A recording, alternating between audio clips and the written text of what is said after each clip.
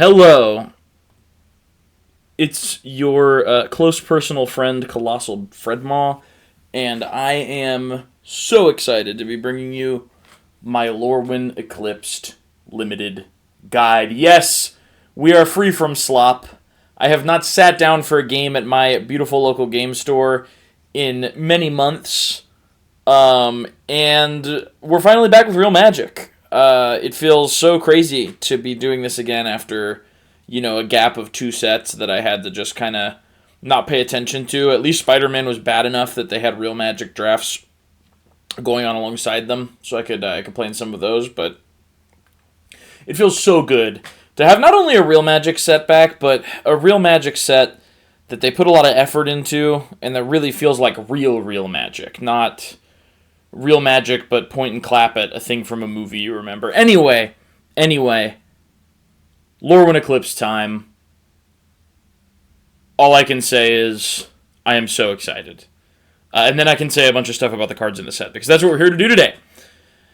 As usual, these limited guides are not fully exhaustive. I'm not going to read you every card in the set and give you my analysis on every single card in the set, but I will be going over the general outline of the set, and I'll be going over what I think are the best commons and uncommons in each color, guides to sort of how each of the limited archetypes are going to feel, and just generally my thoughts on the set to make it so that if you have maybe an hour, a little more than an hour of time to prep for this limited format, my goal is that my video will be the best way to spend that hour or slightly more. So, without further ado, let's jump into the table of contents. We're going to start with the returning mechanics, of which there are a good number.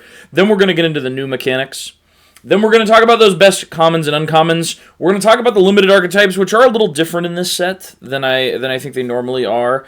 So we'll talk about what that means. And then we'll talk about the best bombs. And then I've just got a couple of tips and tricks to send you on your way to pre-release. So I'm so excited to bring you this, and I hope you enjoy it. Let's jump on in. First, we're going to talk about returning mechanics. The first one that's returning is Convoke. Feels like they've returned to this well a little bit more often in recent years, and for good reason. It's a very clean mechanic. It's a mechanic that plays very well in Limited.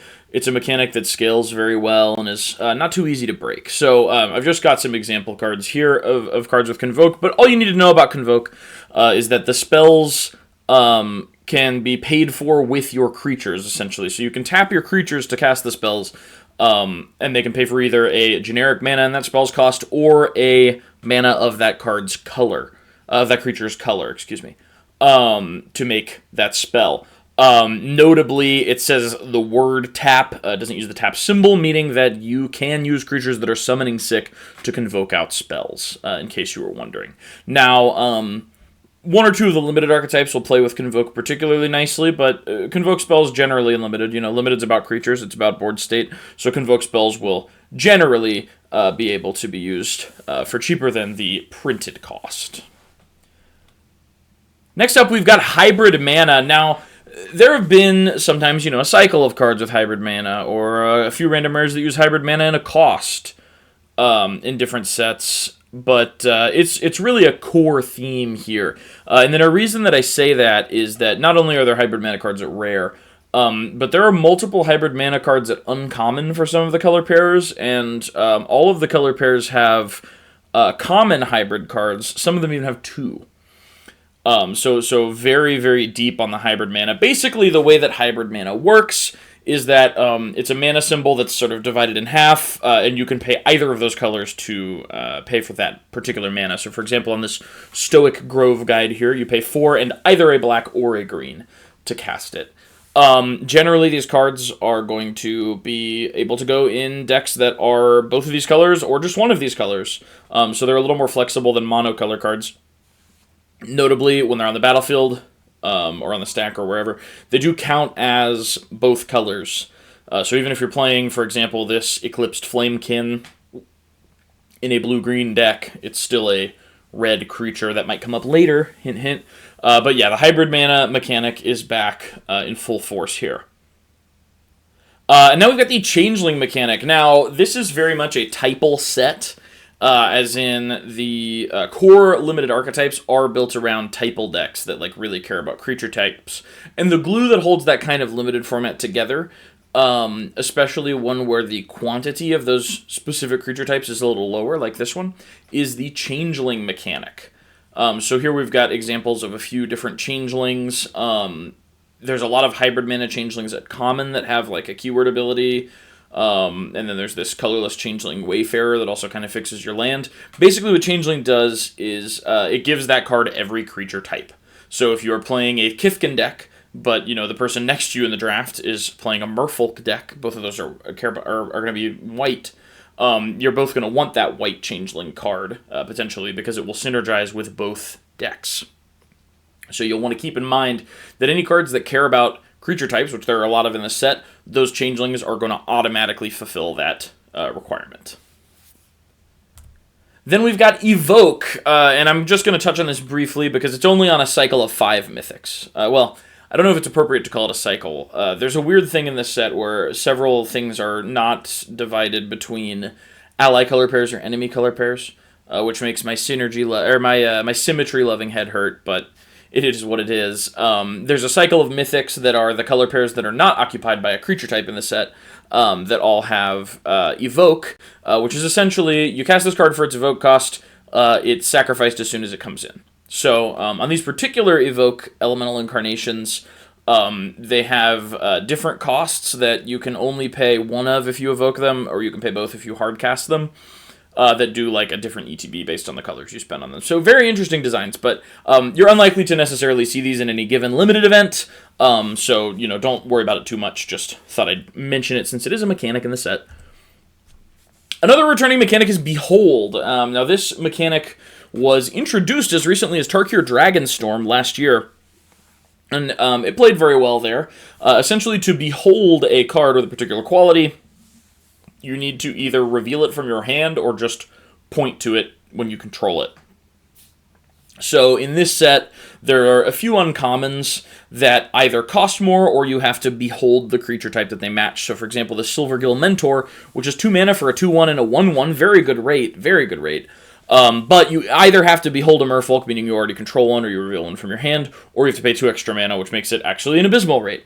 So there's a few cards like that, and then there's a cycle of rares that requires you to behold and exile the matching creature type for a very powerful creature. So yeah, basically, you know, these cards are quite powerful, but they really do require you to have a critical mass of that creature type in your deck to play with them. Next, we're going to talk about new mechanics. Now, there are only a couple, but they're pretty interesting. The first new mechanic is Blight. So basically, when a card asks you to Blight X, you put that many -1/-1 counters on a creature you control. You can't divide them between creatures you control. You put them on one creature. This set is only -1/-1 counters. There's no +1/+1 counters to keep things very uncomplicated and limited. So if there's dice on a creature in limited, you don't have to remember if they count as +1/+1 counters or -1/-1 counters. They are all -1/-1 counters. But typically the way that Blight is being used in this set is as a cost. So some spells will have an optional cost where you can Blight 2 to get an additional effect. Some of them might just require you to Blight 2. There are only a couple cards in the set that force your opponent to Blight, so it's typically a cost. One thing to note is you do have to have a creature to Blight. You can't choose to Blight as a cost if you don't control a creature to put the -1/-1 counters on, but that creature that you put the -1/-1 counters on does not need to be able to survive. And like if you have a creature with only 1 toughness, you can still Blight 2. You can still put 2 -1/-1 counters on that creature and have it die. For example, if you wanted to pay the additional cost on Pyrrhic Strike here. And then our other new mechanic is Vivid. This mechanic is supported in a really interesting way, and we'll get to that in the tips and tricks section, but I guess I can also just say it here. Basically, what Vivid does is it just counts the number of each color among permanents you control, sort of like Bloom Tender, which they also reprinted in the set at Mythic. Some of the spells are going to cost less, some of them are going to have a more impressive effect the more colors among permanents you control. The couple things that I want to note here for maybe newer players, lands are not colored permanents, they're all colorless. They just have a color identity that only matters for Commander, but they're all colorless, regardless of what color they tap for. So if, for example, you play this Shimmer Creep, and you control, a mountain, a swamp, and an island, but you don't have any other creatures out or any other non-land permanents, it's only going to Vivid for 1, because those lands are all colorless. But there are going to be some spells that cost less, equal to your Vivid count, the number of colors you're able to count among permanents you control, and then some creatures that are going to have a more impressive effect. I don't think this means you should actually be playing a third color in your deck, but these Vivid cards do scale off of things like hybrid mana or multicolored tokens, which we'll get into later. Alright, so now we're going to speak about the best commons and uncommons, in my opinion, in each color. Before we do, I want to just say, the general feeling of this set is that it's relatively low power. It feels... the commons and uncommons are not doing crazy things 3 mana, 3/3 with 3 keyword abilities, or, having crazy ETBs. Generally, the set feels relatively powered down compared to adjacent sets, and it also feels not very bomby, as we'll get into when we get to the top bombs. I actually had trouble picking out enough bombs, enough for what felt like very powerful bomb heroes and mythics. So, I like that. I think that's very cool. But as we get into the best commons and uncommons, I guess why I preface it is that you may notice that these commons and uncommons aren't as impressive as ones from surrounding sets, and I think that's just because the limited format is a little bit lower power than most. So, first, we'll talk about the best white commons, and we're going to start with Liminal Hold. This is 3 and a white for an enchantment. When this enchantment enters, exile up to 1 target non-land permanent an opponent controls until this enchantment leaves the battlefield. You gain 2 life. So, basically, we're looking at Banishing Light, but it costs 1 more, but you gain 2 life. Typically, you're not going to be super thrilled with that trade. If you're needing to use it to hold off an aggro deck, then you'd really rather get it down a turn early than gain back some of the life that they hit you for in that turn. And if you're using it to get rid of blockers so that you can shove in, then you would certainly rather it be cheaper and not gain you the 2 life. So I think it's sort of a consolation prize for it being 4 mana. But it is still quite good. Banishing Light has always been relatively solid. It's also a removal spell that leaves a permanent behind for the purposes of Vivid and stuff, if that matters. So I think it's fine. Keep Out is 1 and a white for an instant. Choose 1. Keep Out deals 4 damage to target tapped creature or destroy target enchantment. So very efficient way to remove a attacker, but it also has the flexibility of potentially being able to get rid of an enchantment. And you'll notice actually that all of these best commons in white are removal.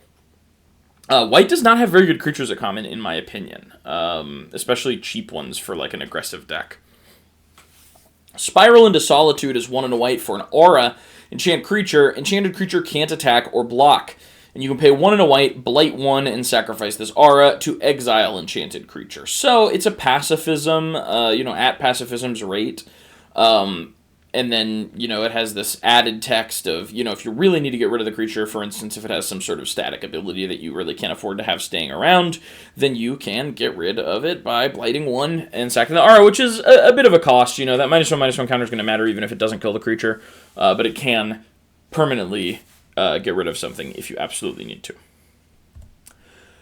Now we're going to talk about the best white uncommons, and I think we're going to get into some slightly more interesting stuff here. First, we've got Protective Response, 2 and a white for an instant with Convoke, destroy target attacking or blocking creature.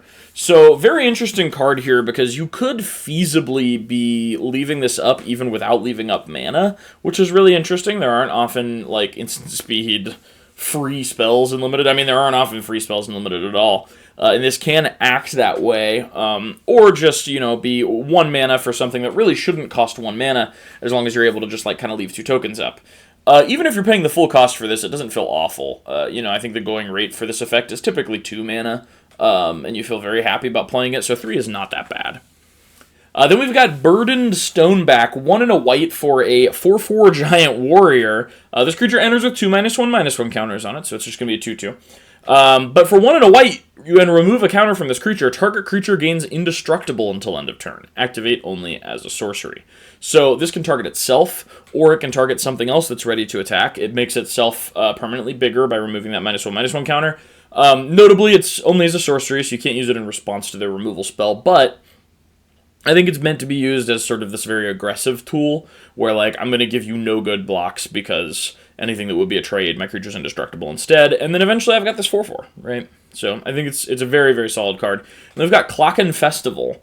2 and a white for a Kindred enchantment, Kithkin. For those who are not aware, Tribal, the card type, was replaced with Kindred. Weird that they did that right after reprinting, what is it? Now I'm blanking on the name. They did it right after Wilds of Eldraine, where there was, Bitter Blossom was reprinted.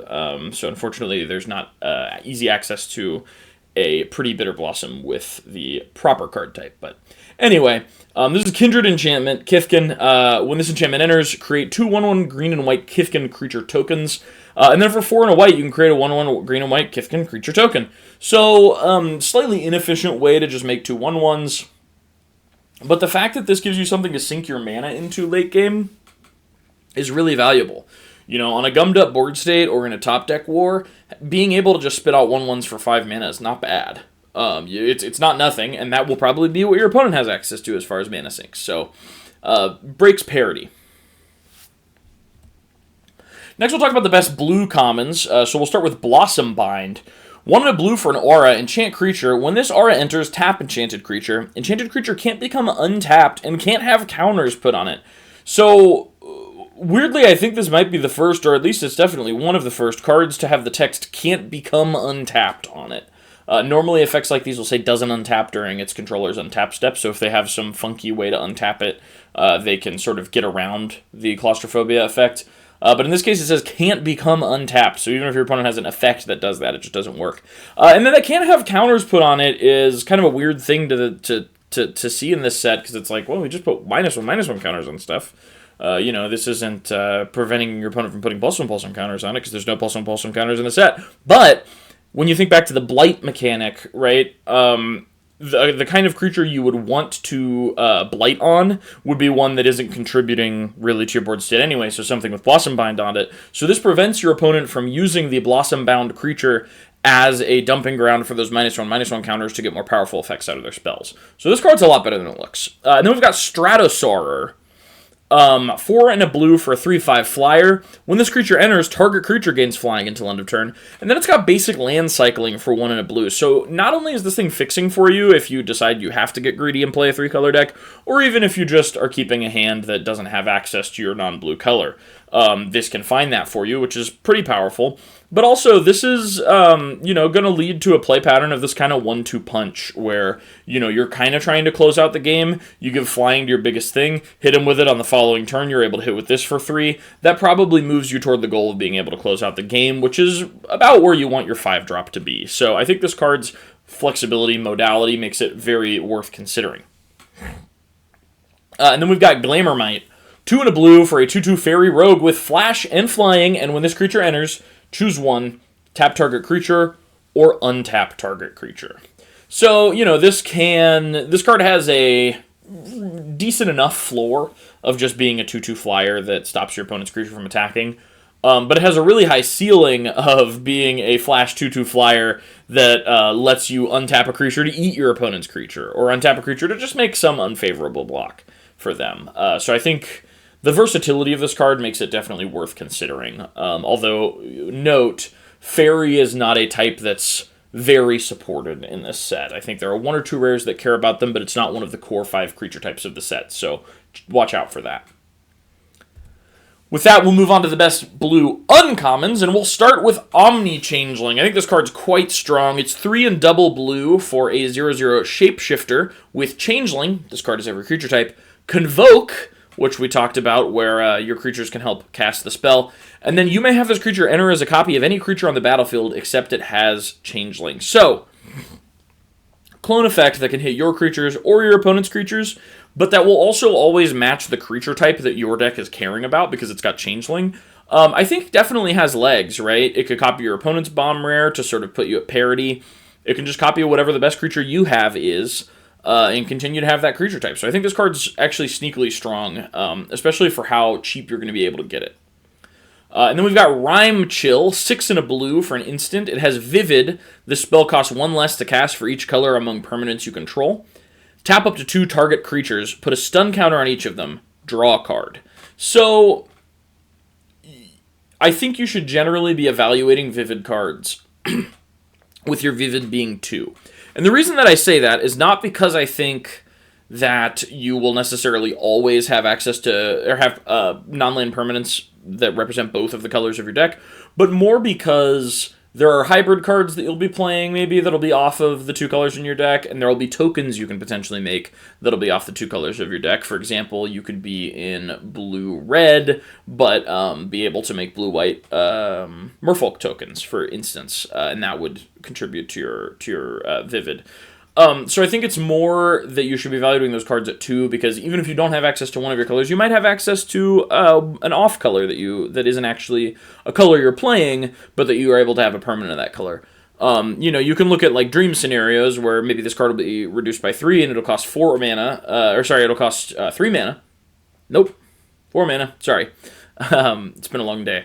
But I think you are completely fine playing this card at 5 mana. It feels great for kind of turning the tide of the game, eliminating your opponent's ability to block for 2 whole turns, and just being able to get in there, draw a card to help you find what you might need to push for that win, or hold your opponent off while you find, for 2 turns while you find what you need to stabilize. So, a very versatile card, very good top end of a deck. And we got Glamour Gifter. 1 and a blue for a fairy wizard with flash and flying. When this creature enters, choose up to 1 other target creature. Until end of turn, that creature has base power and toughness 4/4 and gains all creature types. So this card's awesome. It's going to be really powerful just as a combat trick that wins you a combat and leaves behind a 1/2 flyer. That feels super good. That can be used aggressively. That can be used defensively. I think it's going to be a little bit better used defensively, but very solid card all around. I think Glamour Gifter is going to be one of the best blue uncommons. Might be the best blue uncommon. And with that, we'll move into the black commons. So we'll start with Blight Rot. 2 and a black for an instant. Put 4 -1/-1 counters on target creature. So this will typically just kill one of your opponent's creatures. It's just an efficient piece of black common removal. And then we've got Moonglove Extractor. 2 and a black for a 2/1 elf warlock. Whenever this creature attacks, you draw a card and lose 1 life. Now, this card is really compelling to me. And I think it's mostly because they typically have not put this effect on attacks on a common. Very often we'll see commons that are like a 3 mana 3/1 or 3/2 that's like you lose a life, draw a card when it comes in. But subtracting a power from that and making it on the attack, I think that's a very interesting concept. This card's obviously insane on an empty board. If you're able to keep your opponent's creatures removed, this is drawing you a card every turn, which feels amazing. If you're not, it's like probably fine. It doesn't feel terrible to swing this in with the ability to trade and draw a card. I don't think this is as good as if it was a 3/1 that drew you a card and lost you life when it entered, like the one we saw in Outlaws at Thunder Junction, and similar ones we've seen in other sets. But I do think it's interesting to see, and I'm curious to see how this plays out, because they really haven't given us access to this repeatable draw effect at common like this. And then we've got Scarblade's Malice. This is a single black for an instant. Target creature you control gains Death Touch and Lifelink until end of turn. When that creature dies this turn, create a 2/2 black and green elf creature token. Now, I think this card is a lot better than it looks. I think just the fact that you are able to use it as a combat trick, on a blocker, so that you're able to, trade with something huge, and then it leaves behind a 2/2, that feels great. Using it on an attacker doesn't feel terrible either. Potentially, there are 1/1s in the set you could use this on, and then that 1/1's becoming a 2/2, and your opponent's thing is dying. So I think there's a lot to do here. There could be a creature you dumped a couple -1/-1 counters on through Blight, and you just are looking to throw it away. And you can do that with this, as long as that creature still has 1 power to be able to connect and do that Death Touch. So I think this card's a lot better than it looks. Next, we're looking at the best black uncommons, and we're going to start with Unbury. This is 1 and a black for an instant. Choose 1. Return target creature card from your graveyard to your hand, or return 2 target creature cards that share a creature type from your graveyard to your hand. So often, this is just going to be returning the 2 best creatures from your graveyard to your hand. It's going to be, I think, relatively rare for you not to be able to not only use that second mode, but for that second mode to just already be able to choose the two best creatures in your graveyard. You know, if you have a Changeling in your graveyard, you can get that and any other creature back. But typically, you know, you're going to be in the Goblin deck, and you're going to be able to get 2 Goblins back, or you're going to be in the Elf deck, and you're going to be able to get 2 Elves back, whatever. So I think Unbury is very strong. And then we've got Shimmer Creep, one of the cards that I use to show off the Vivid mechanic. It's 4 and a black for an elemental, 3/5 with Menace. It's got Vivid. When this creature enters, each opponent loses X life and you gain X life, where X is the number of colors among permanents you control. As a big decade ago gamer, I have a soft spot for any creature that does a bad impression of Siege Rhino, and I don't think this creature's Siege Rhino impression is even that bad. You know, typically counting that Vivid as 2, pretty solid. Counting that Vivid as 3 is going to be insane. It is basically Siege Rhino, right? But yeah, the 3/5 Menace body for 5, very solid. Feels great to get this double blocked and throw a combat trick on it or something. And that Vivid ETB is just quite strong. And then we've got Gut Splitter Gang. 3 and a black for a 6/6 Goblin Berserker. 4 mana 6/6. What do we got to do for this? At the beginning of your first main phase, you may blight 2. If you don't, you lose 3 life. So, you want to be losing 3 life to this, right? It feels like playing a little bit of 90s Magic. This is your Juzem Djinn or your Urnum Djinn. It's a big 4-drop creature that gives you some sort of downside. If you're paying 3 life into this every turn, but you have a 6/6, that math feels great for you. Blighting doesn't feel great unless you have some sort of synergy with it, and then if you do, it's insane. There are some commons and uncommons that can remove counters from themselves for effects, so, you know, Gut Splitter Gang plus that feels the best it can possibly feel. But even just the baseline of a 4 mana 6/6 that loses you 3 life on your first main phase is still very solid. And then we're going to move on to our best red commons. So we've got, our first one is a removal spell, Tweeze. I really hate this art. I mean, it's well done, but it just, he's plucking out the giant's nose hair. That just really grosses me out. It's 2 and a red for an instant. Tweeze deals 3 damage to any target. You may discard a card. If you do, draw a card. So 3 mana Bolt has not been where we love to be in Limited for some time, but I think the rummage more than makes up for it. I think this card is the best red common removal. And then we've got Elder Auntie, 2 and a red for a 2/2 Goblin Warlock. When this creature enters, create a 1/1 black and red Goblin creature token. I think this card is fine. Lately, in most Limited formats in white or blue, we've been getting this effect, but either the 2/2 itself or the 1/1 token has flying. Obviously, this doesn't have either. But I do think with blighting and things like that, this set does have more use for just spreading your power and toughness across multiple bodies. So 3 mana for a 2/2 and a 1/1 feels very good. And then we've got Feed the Flames, another piece of removal. It's 3 and a red for an instant. Feed the Flames deals 5 damage to target creature. If that creature would die this turn, exile it instead. So, you know, a removal spell they're not coming back from. 5 is going to kill the vast majority of this format. I struggle to think of something that 5 damage doesn't kill, and 4 mana is a good enough rate that you're going to feel pretty happy playing this. Next, we've got our best red uncommons, and I think red is crazy at uncommon, especially if it's removal in this set. So we're going to start with Boulder Dash. 1 and a red for a sorcery. Boulder Dash deals 2 damage to any target and 1 damage to any other target. So any of these cards that are coming in, you know, making a 2 toughness body, leaving behind a 1/1, which there actually are quite a few, are going to hate this. You know, worst case scenario, you're killing something with 2 toughness and just pinging your opponent for 1, which doesn't feel awful, especially in a more aggressive deck. So I think Boulder Dash is quite good. Sometimes you're going to be using this in second main to like clean up combat. Maybe you're killing something, finishing something else off, or you're finishing 2 things off. Either way, it's going to feel quite good. Then we've got Sizzling Changeling. 2 and a red for a 3/2 Shapeshifter. Obviously, it's got Changeling.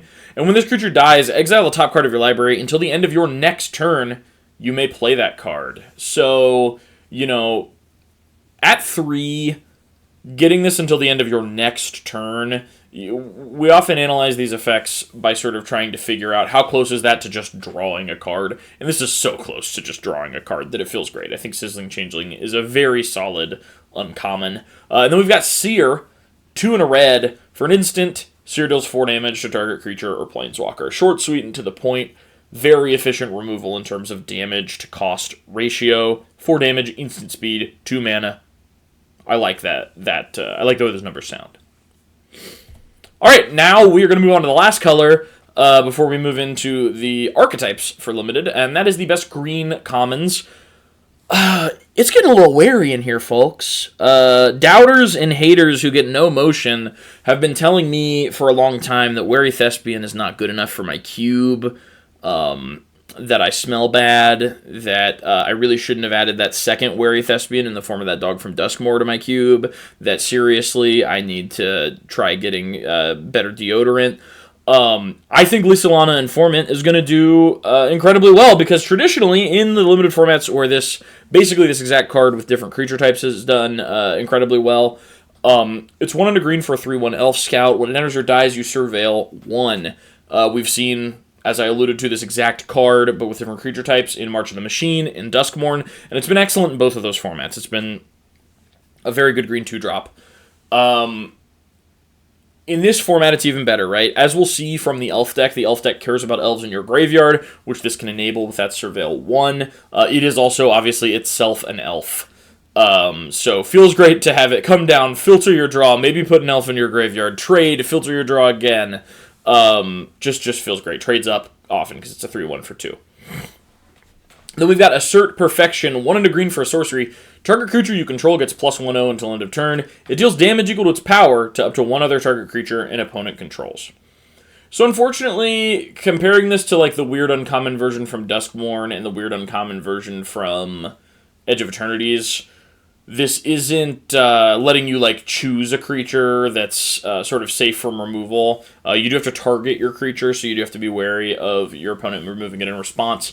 But if you just play this at the right time, it's a very efficient bite spell. It's going to be green's best common removal. And then we've got Wildvine Pummeler, 6 and a green for a 6/5 giant berserker. Vivid, this spell costs 1 less to cast for each color among permanents you control. Reach and trample. So, analyzing this the way I think it's appropriate to analyze Vivid cards, which is that you're assuming your Vivid is 2. This is a 5-mana 6/5 Reach Trample, which is a great common. Personally, I like Pizza Rhinos. I like my 5 or 6 mana green creatures to draw me a card, but I'll take them being overstated instead. That's fine. When your Vivid count is 3 is where this card gets really cracked, though. Playing this down on turn 4 as a 6/5 Reach Trample feels like a very good way to pressure your opponent, and the kind of aggro deck where you're going to be laying down those creatures, maybe getting to that Vivid count, is the kind of deck that is maybe most likely to be able to actually put this out on turn 4. Do I think that's going to happen very often? No. Do I think you should analyze this card as though it's going to happen very often? No. But is it meaningful upside from what I think the typical rate for this card at 5 mana for a 6/5 Reach Trample is going to be? Yes. Now we've got our green uncommons, and there's some heaters here. We're going to start with Virulent Emissary, 1 green, just a green, for a 1/1 Death Touch Elf Assassin. Whenever another creature you control enters, you gain 1 life. So this is a Soul Sister for just your side. And then it's a 1/1 Death Touch. Now, typically I'm pretty happy to play green 1 mana 1/1 Death Touches in Limited. This one coming with the side effect of like gaining a little bit of life as you curve out. Amazing. Very, very happy with this. Then we've got Pummeler for hire, 4 and a green for a 4/4 giant mercenary with vigilance, reach, and ward 2. And when this creature enters, you gain X life, where X is the greatest power among giants you control. Now, note that this does not say other, right? So if this is the only giant you control, which it's likely to be, because that's not really a super supported creature type, you're just going to gain 4 life. If you somehow have like a changeling with more than 4 power, great, you'll gain more than 4 life. But I think just what this card says on the tin makes it a great creature. I think it has enough words on it that you don't feel that bad paying 5 mana for a 4/4. Vigilance, Reach, Ward 2, gain 4 life. I think that's enough. Next, we've got Moon Vigil Adherence. This is 2 and double green for an Elf Druid with Trample. This creature gets +1/+1 for each creature you control and each creature card in your graveyard. So the elf deck, as we talked about, has sort of a self-mill, check if there's an elf in your graveyard thing going on. And this guy leans into that, but he doesn't make it typal, right? This can go in a Kithkin deck. This can go in a deck that isn't really caring that much about creature type and just end up being, if we think about it, it's like, how hard is this to be a 4/4? Not hard at all. right? Trade your creatures relatively aggressively, maybe take advantage of 1 or 2 self-mill effects. This is going to be a 4/4. Anything above that is icing on the cake, and I don't think it's that hard for this thing to end up being a 7/7, an 8/8, right? I think this card's very, very strong. With that said, we're going to move into the limited archetypes, but something I got to say before we move into the limited archetypes is that this set is weird. So, as you all probably know, a traditional Magic set has the 10 color pairs as its limited archetypes, and you're just supposed to sort of pick one, maybe you splash another color, maybe you're much harder in one of your colors than the other, but typically you're going to stay in one of those. Every once in a while, there's a set that is sort of built around enemy or ally color pairs, or just 5 of the color pairs in the case of a lot of the Ravnica sets, and then the other 5 archetypes are decks combining those to make shards or wedges. This set is strange because basically 5 of the color pairs, it's chosen to be the more fleshed out limited archetypes with these typal decks behind them. And then the other 5 are kind of just, like, we threw them a hybrid card, but they don't get an actual gold signpost uncommon. And the actual little insert in the booster box that tells you about how to play limited tells you to avoid them on your first couple of outings to Lorwyn, which is really interesting to see. So I think the way that they're looking at it is the other 5 archetypes, you have to have a good reason to be there. And I agree, looking at the set and just kind of practice drafting it, I think you really do have to have a good reason to be in one of the limited archetypes that's not one of the types. So, in the interest of moving through the set in a way that's conducive to that understanding of it, I have front-loaded the typal limited archetypes, the 5 that are the most fleshed out and supported, and then I'm going to give a little bit of thoughts on the other ones. I'm going to show you the uncommon signpost hybrid cards for those. But keep in mind, those hybrid cards are probably more often going to get eaten up by the supported archetypes. So, with that said, the first deck is green-white Kithkin tokens, and we've got this very powerful signpost in common, Thought-Weft Lieutenant, green and a white for a 2/2 Kithkin soldier. Whenever this creature or another Kithkin you control enters, target creature you control gets +1/+1 and gains trample until end of turn.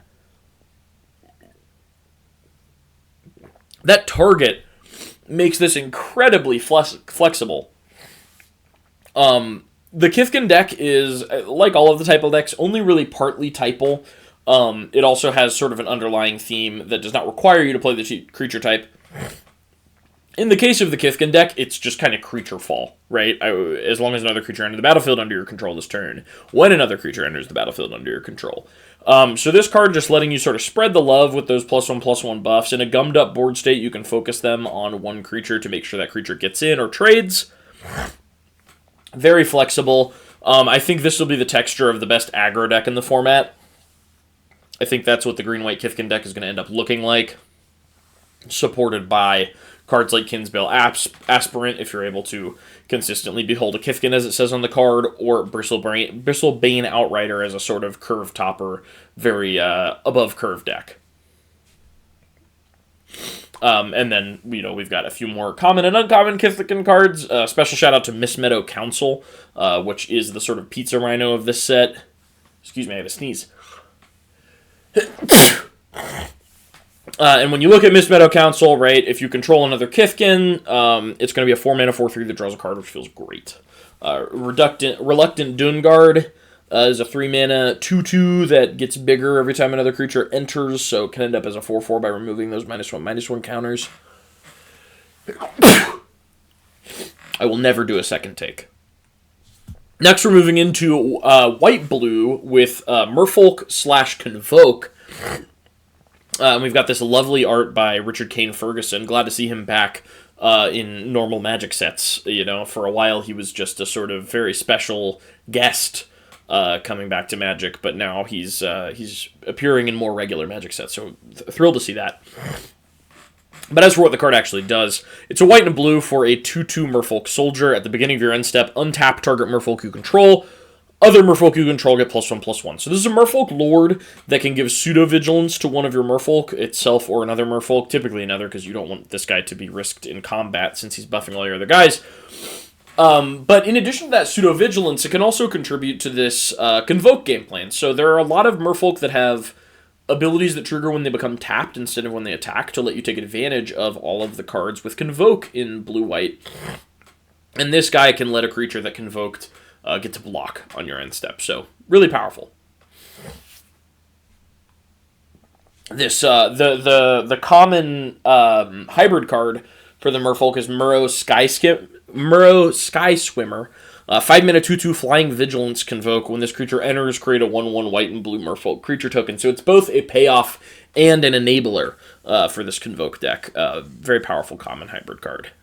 Again, with this beautiful Richard Kane Ferguson art. It's interesting to see him move in a less dark direction. It's still sort of eerie, like there's something off about it, but it's less sort of like despairing, like a lot of his sort of black cards are. Thinking like his full art of Toxic Deluge from, I want to say, Commander Masters. I don't know. Really like Richard Kane Ferguson. Very excited to see that. Not relevant to the limited format, though. So that's Murrow Sky Swimmer. Next, we're going to talk about Black-Red Goblins and Blight.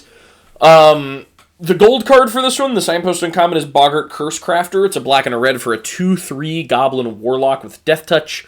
Whenever another goblin you control dies, this creature deals 1 damage to each opponent. And what these goblin decks are going to be trying to do is blight their own creatures for payoffs, make little 1/1 goblins to sacrifice to essentially 2 blight. It's not literally sacrificing, you're putting a counter on it and then it dies, but to throw away to blight to get more powerful effects out of their other cards.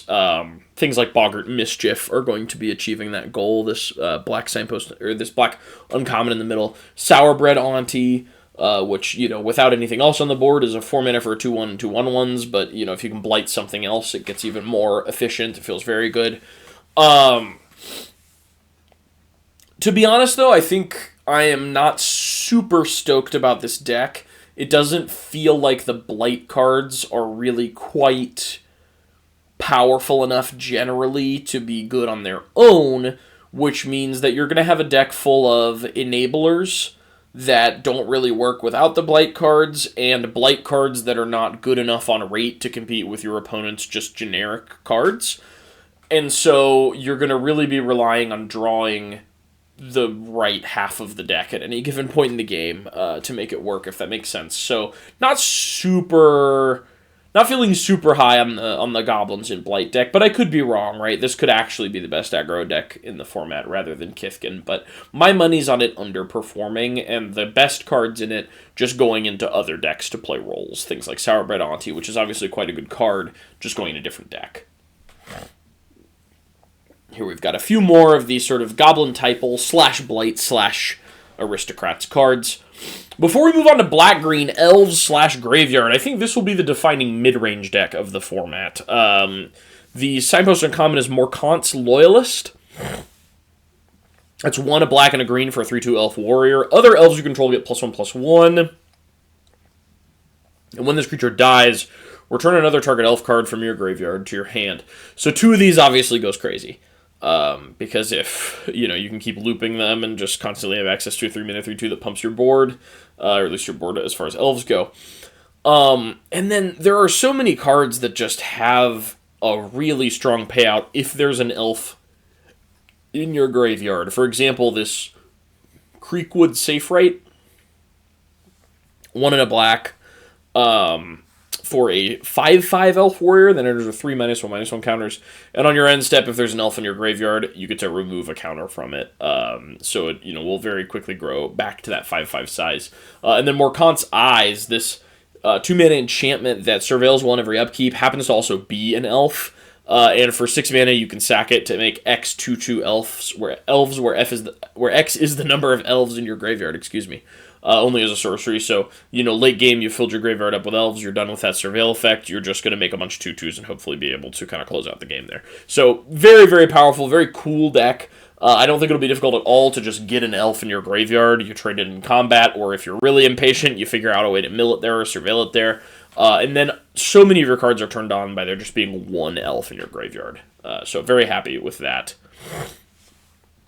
And then, you know, a lot of really robust enablers, and importantly, enablers and payoffs that are basically good enough on their own. So, like, Stoic Grove Guide is passable, being a 5 mana 5/4 that you can essentially flash back for 2 to get a 2/2.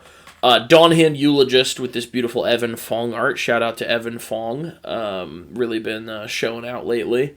4 mana, 3/3 Menace. You mill 3 cards, then if there's an elf in your graveyard, each opponent loses 2 life and you gain 2 life, so it's kind of a payoff and an enabler.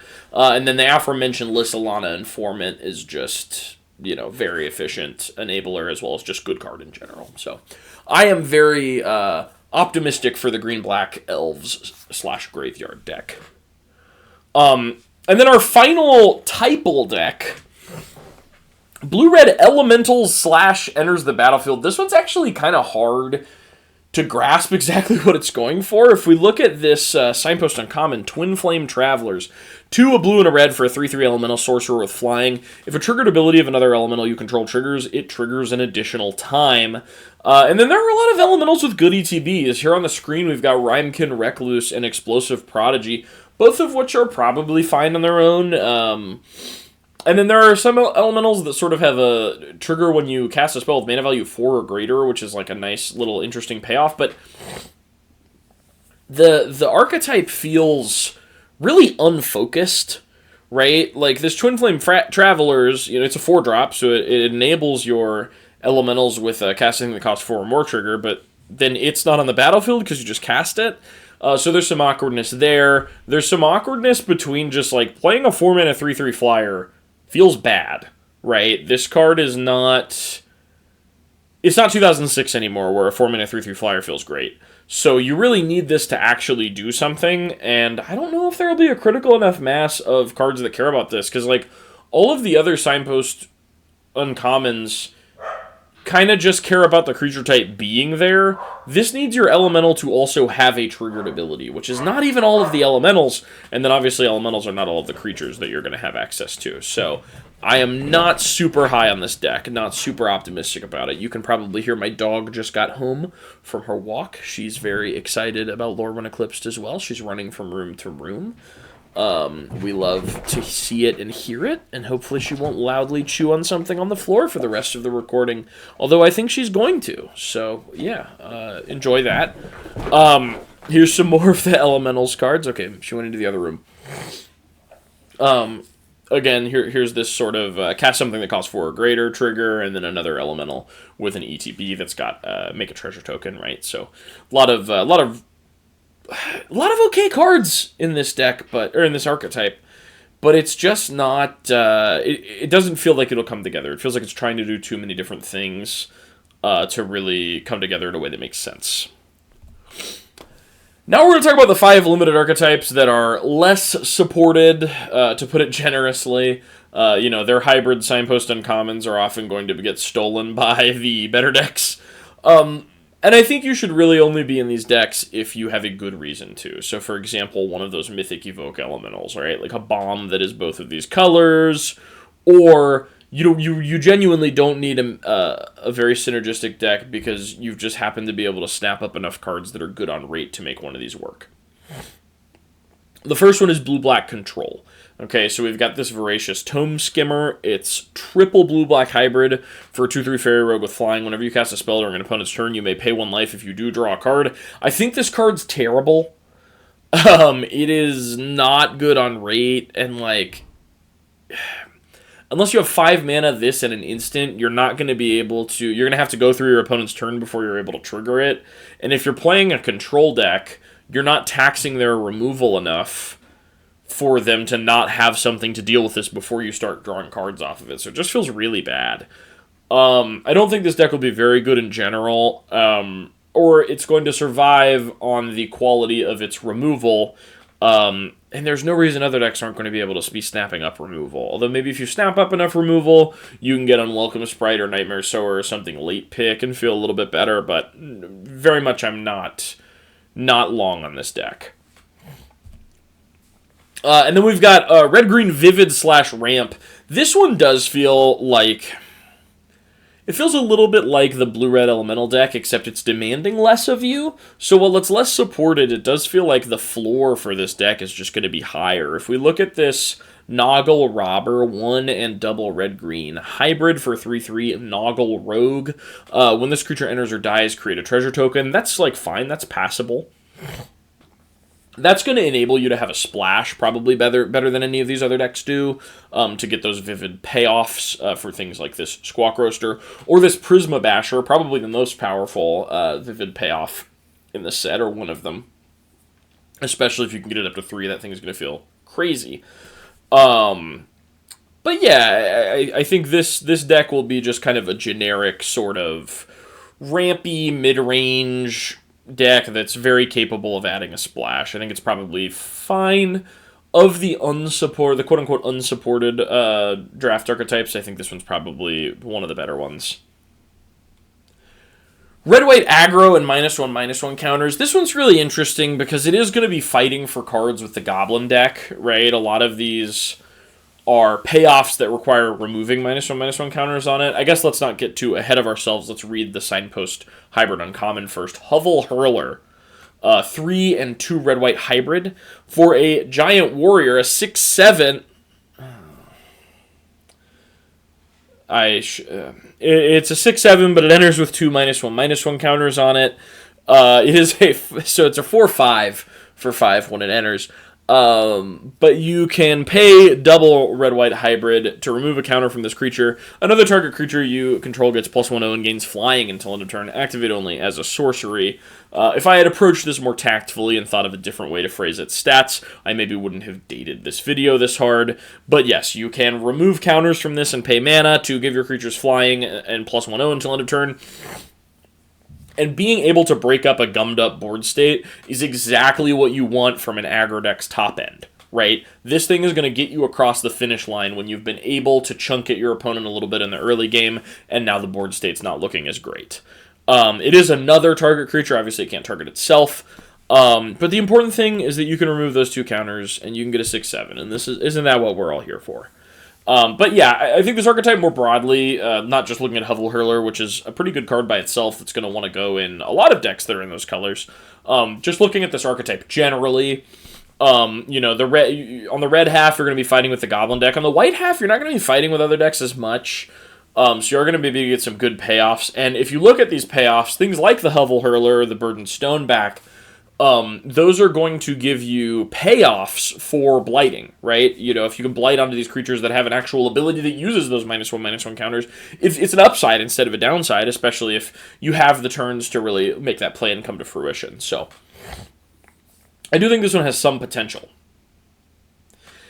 Speaking of some potential, white-black blight mid-range, we're looking at this Signpost Uncommon hybrid card, Reaping Willow. I think you can judge the splashability of these hybrid cards by how many pips they have. And this one being 1 triple white-black hybrid makes me a little more inclined to say this is not going to just be slotted into the red-black deck very easily, or the white-green deck, because it has that triple hybrid pips. It is a 3/6 lifelink, but enters with 2 -1/-1 counters, so it starts as a 1/4 lifelink for 4. For 1 and a white-black hybrid, you remove 2 counters from this creature, return target creature card with mana value 3 or less from your graveyard to the battlefield, activate only as a sorcery. So you can reanimate creatures with mana value 3 or less, which is pretty solid. Looking at this like Moonlit Lamenter, it's another card that's sort of part of the deck. That lets you remove the counters to draw cards, but it can be reanimated because it's a 3-drop. And there are a decent amount of good 3-drops in white and black in this set. But most importantly, this eventually becomes just a very good blocker and okay attacker by removing those counters and getting you that value. Now, is this going to always show out and be really powerful? No, because it has to do all this over the course of several turns with a graveyard that you've already set up. So that's going to limit it in a way that some of the other uncommons are not limited, because they come down, they just do their ETB, and now they've done what you paid for. Whereas this guy, you've got to stretch that value out over the course of at least 3 turns before you feel good about what you paid for. But if you do, then this accomplished a lot for you. So, interesting deck. We'll fight a little bit with both the Goblin deck and the red-white deck. I think the Mardu Wedge is sort of the most coherent, not 3-color deck. I don't think you should actually be playing a 3-color deck, but in terms of what each of those 3 decks are trying to do, they contribute, they gel with each other the most, and thus are naturally going to be fighting for each other's cards a little bit. And then our last limited archetype, and our last sort of less supported limited archetype, we've got green-blue Vivid midrange, and this one's very much like the green-red Vivid ramp. In fact, if we're looking at decks that should actually maybe be 3-color, actually maybe be splashing a 3rd color, I think a Teamer deck is very reasonable. Because both Gruul and Simic, and even to a lesser extent, Izzet care about that Vivid. That 3-color deck, they have a little bit of fixing, and that 3-color deck can more easily get a Vivid 3 online, or maybe even the fabled Vivid 4 by creating a token or casting a hybrid creature that's a little bit off-color. But we shouldn't get ahead of ourselves. The actual Signpost hybrid uncommon is called Glisterbairn. It's 2 and a 3 blue-green hybrid for an oof. A 1/4 with Vivid at the beginning of combat on your turn. Another target creature you control gets +X/+X until end of turn, where X is the number of colors among permanents you control. This card is butt cheeks. It is absolutely awful. It is simply not worth the cost. Even if you have Vivid 3, you're just putting +3/+3 on something every turn. Something that is not this. So yeah, you can look at it as that +3/+3 having haste, but I would, because this is a 1/4, I would prefer to look at this as that +3/+3 being the only power and toughness on this card that really matters, that's really getting in, and also it's completely conditional, right? This card feels terrible. I don't think it's good at all. I think it's the worst of the Signpost Uncommons, the hybrid Signpost Uncommons, certainly. But I don't think that necessarily bodes too ill for this deck generally. I think the Teamer version could be solid. The blue-green version is going to be able to go over the sort of less explosive mid-range decks, like I predict the black-white one is going to be. So there's going to be a space for this deck in the format. But it is very much Vivid. It's very much, you're thinking about getting another splash. And I think, the Teamer deck could be that.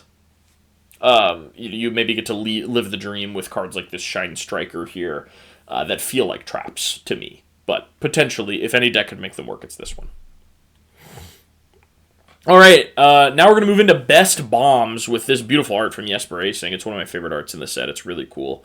We're going to talk about the Best Bombs. I've only picked 3 rares and 3 mythics for you, and the big reason for that is that this set truly just does not feel very bomby. It feels like all the rares and mythics are kind of build-arounds in the typal sense, where, they really require you to be in that type of deck, or they are generically good, but in a way that's not immediately explosive, that really gives your opponent a chance to respond to them, which I love to see. I don't like a super bomby format. So especially, since we're still dealing with play boosters, where there are, 3 or 4 rares per pack often, it feels good for a set to not be as bomby, for it not to feel that bad. So we'll start with Spry and Mighty, which is one of these 3 rare bombs I've selected. I picked 3 rares and 3 mythics. We'll start with Spry and Mighty. It's 4 and a green for a sorcery. Choose 2 creatures you control. You draw X cards, and the chosen creatures get +X/+X and gain trample until end of turn, where X is the difference between the chosen creature's powers. Now, importantly, if your opponent kills one of the creatures in response, this isn't targeted, so you don't have to target the 2 creatures at the beginning. But if your opponent kills, if for example you have 2 creatures and your opponent kills one of them with this on the stack, that's a blowout because the spell just doesn't do anything when it resolves, because there's no difference in power and toughness for it to check. So if your opponent has mana up, you need to have 3 creatures to cast this. And you need to hope that, your opponent leaves the smallest, and notably you need to have 3 creatures and they need to have power different than one another. Because if it's 2 1/1s and a 4/4, they just kill the 4/4, and then the spell doesn't do anything because you choose your 2 1/1s, you draw 0 cards and get +0/+0. With all that said, it is much more often a blowout for the player casting Spry and Mighty, because if your opponent doesn't have mana up or simply doesn't have the removal, this is often going to give 2 different creatures +3/+3 trample and draw you 3 cards. If that +3/+3 doesn't do them in, then surely something in those 3 cards will. Then we've got Bree of Clan Stout Arm, Jesper Acing killing it again. 2 a red and a white for a 4/4 legendary giant warrior. For 1 and a white and tap, another target creature you control gains flying and lifelink until end of turn. At the beginning of your end step, if you gain life this turn, exile cards from the top of your library until you exile a non-land card. You may cast that card without paying its mana cost if the spell's mana value is less than or equal to the amount of life you gained this turn. Otherwise, put it in your hand. That is a lot of text, a lot of ink on this card, and a lot of ink has been spilled on the sort of design philosophy of having cards like this that are both enabler and payoff. With that said, this is a great enabler and a great payoff. You don't need to have anything that synergizes with it except creatures, which you're going to have anyway, in your deck. This can give a creature flying and lifelink. The creature doesn't have to die at the end of the turn even. The creature just gets flying and lifelink, and then on your end step, you get to steal a card. Or you get to not steal a card, you get to look at a card from the top X of your library, whatever the creature you hit them with, and then cast one for free, probably for free. You get to put the card in your hand if you don't cast it, so like, even if it's like a big card that like the mana cost of it exceeds the power of the creature that you hit them with, you still get to put it in your hand, which is crazy. But, that's the worst case scenario. Best case scenario, you're hitting them with a 3-power creature, you're casting a 3-drop off the top for free. You're getting lifelink, which is going to prevent your opponent from racing you, and flying, which is going to prevent them from stopping you. So, this card's great. Then we've got Tristan's Command. This is part of a cycle of 5 commands, one for each of the supported creature types in this set, the strongly supported creature types. This is a Kindred Sorcery Elf for 4, a black and a green. Choose 2, my favorite 2 words in Magic. Longtime viewers of the channel and friends of mine in real life will know that my literal favorite Magic card of all time is Primal Command, and my top 10 is, Primal Command, Kolaghan's Command, Kaya's Guile, Cryptic Command. I just love commands.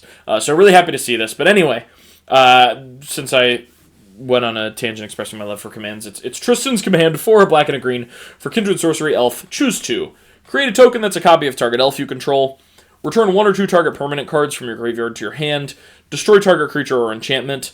Creatures target player controls get +3/+3 until end of turn. Untap them. Now, most often what I think is going to be happening is you're going to be blowing up your opponent's blocker and pumping your team to get in and kill. But the fact that that's not all this card does is huge. If you're not in a position to do that, you can put yourself back in the game by killing killing their best creature and returning 2 permanent cards, ideally 2 decent creatures from your graveyard to your hand. So the fact that this is not only, like if this just said destroy a creature and pump your team, I think it would still be one of the best bombs in the set. But the versatility of not just being good when you're at parity makes this just an insane card. I think it's very strong. And then we've got the best mythic bombs. So we'll start with Ajani Outland Chaperone. Thrilled to see Ajani back. Beautiful art by Darren Bader. This is 1 and double white for a 3 loyalty legendary planeswalker Ajani. +1, create a 1/1 green and white Kithkin creature token. -2, Ajani deals 4 damage to target tapped creature. -8, look at the top X cards of your library, where X is your life total. You may put any number of non-land permanent cards with mana value 3 or less from among them onto the battlefield, then shuffle.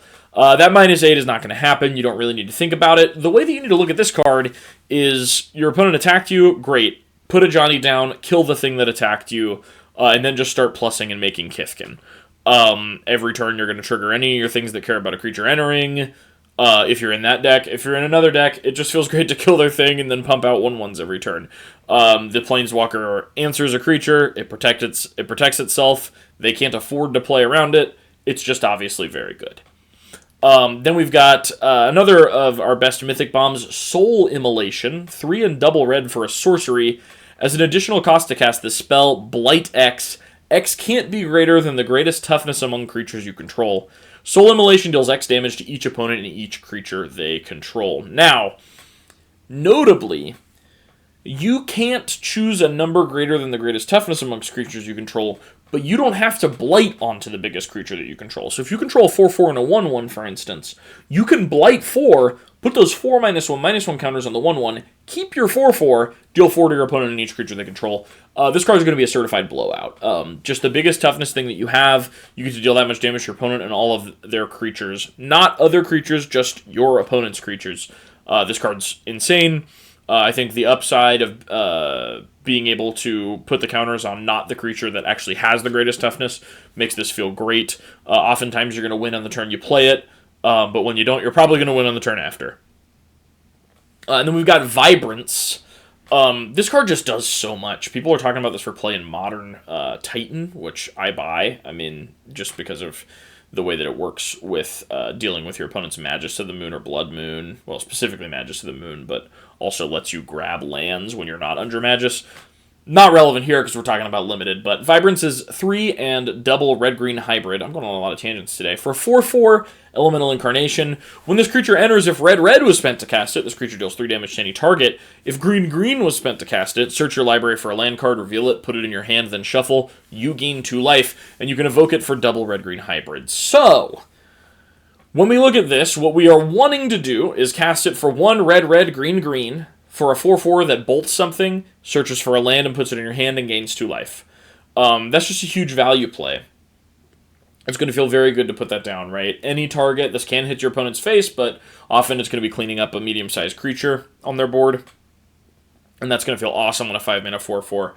And then you're going to be searching for a land. If you're playing 3 colors in like the Teamer deck we discussed, this could be fixing that for you, but oftentimes it's just going to be finding a basic, getting it out of your deck, gaining you 2 life. Worst case scenario, let's say you can't find red, you can keep a hand with 2 forests in this, evoke it to find that mountain. Or, vice versa, you need to put off your opponent's sort of aggro plan. You're feeling some pressure, but you have double red. You can put this down, bolt one of their creatures without having to cast the whole thing. So I think that versatility makes it very much more than the sum of its parts. All right, those are what I think are the best bombs. If you disagree, if you feel like there's something I missed, or you think one of those cards is actually not very good, feel free to drop a comment. But before I let you go, we're going to talk about the tips and tricks of this limited format. I only have 2, and one of them I kind of already alluded to, because I think I decided on the fly that it would be best to get into it when we talked about the Vivid mechanic, but it's important to remember that some cards can enable Vivid in a way that you might not realize. This also makes it important to actually use the tokens from this set to represent your tokens, because if you use a goblin from almost any other set, it'll just be red, so it might make you forget, oh, I actually have access to black for the purposes of Vivid. But basically all I'm saying is the tokens that you make, the elves are 2/2 black and green elves. There are 1/1 black and red goblins, 1/1 blue and white merfolk, 1/1 green and white Kifkin. If you can make these, you can trigger Vivid even for colors you aren't playing, and same goes for the hybrid cards, right? So Vivid cares about the colors, not the colors you actually spent to cast them, just the colors that they are. So for example, if you have this Chitinous Graspling, that's a changeling for all your creature types, but it's also green and blue even if you're playing Gruul or you're playing Izzet, right? You get access to that other color for the purposes of Vivid. So keep an eye out for that. Both make sure that when you're drafting or building your sealed deck, you're aware of the slight upside that these cards have for enabling Vivid, and when you're playing, that you are counting these cards for Vivid to gain their full effect. And then the other tip and trick I have for you also has to do with color, and it's that I would avoid splashing this time around. Wizards of the Coast can't resist designing commanders that are very obviously designed for Commander and just shoving them into standard limited sets. But they actually showed uncharacteristic restraint this time. Marilyn Fae Ascendant and Doran Besieged by Time are the only 3 color cards in the set. I don't think either of them are worth playing. If you pick Marilyn really early, or if your sealed pool's really generous, you could maybe play her, but you can't cope about it. You can't be, I'm so excited to play Marilyn, I'm going to make it work, because you can't force it. This set is very much not splash-friendly, in my opinion, and I think you should go to great lengths to avoid having to do it. Try to stick in a 2-color deck, if you can. So, that's the other tip or trick. I think most people will be able to look at the outline of the set and identify that it's not very splash-friendly, but for those who are maybe coming off of more splash-friendly formats like, well, the last format I actually played was Edge of Eternities, because I don't play Ad Slop, but that set was pretty splash-friendly. It was very easy, relatively speaking, to play a 3rd color, to play like a Grixis midrange deck. God, the Grixis midrange decks in that format were so fun. This set's not the case.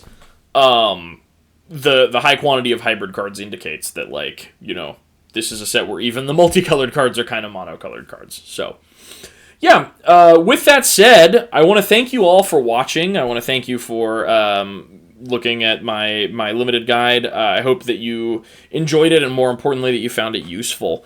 As always, I really like to have a discussion, so if you disagreed with anything that I said, or you think there's something I missed, some piece of analysis that I missed, please feel free to let me know in the comments.